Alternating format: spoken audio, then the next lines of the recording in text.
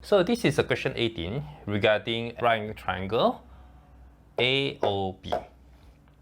Given that OA, OB is equal to 40 and the angle O is 90 degrees.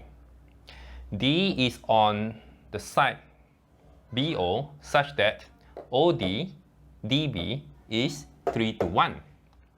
And since OA equals to OB equals to 40 and this is 3 to 1 and therefore this is 30 and 10. And for this triangle OAD, 30, 40, you know that DA will be equal to 50. We may or may not use the information that DA equals to 50. For this question, we are asked to find what is 7 times the area of triangle OAC. We are going to find the area of this shaded region.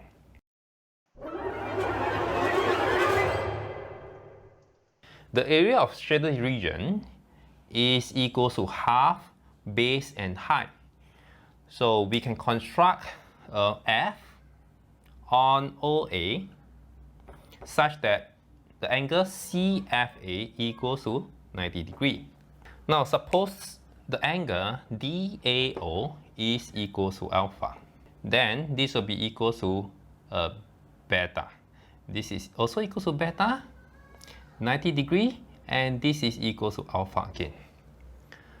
So we can see that the triangle ODA is similar to triangle FOC. We may let CF equals to Y. Note that the triangle CFA is also an isosceles right angle triangle. It means that if CF is equals to Y, then FA will equals to Y. And OA equals to 40, FA equals to Y. Therefore, OF is equals to 40 minus Y. And from this information, OD over OA is equals to FO over FC. And this will mean that 30 over 40 is equals to 40 minus Y over Y. Okay, we'll continue here. We will have 3 over 4 equals to 40 minus Y over Y. 3y equals to 160 minus 4y.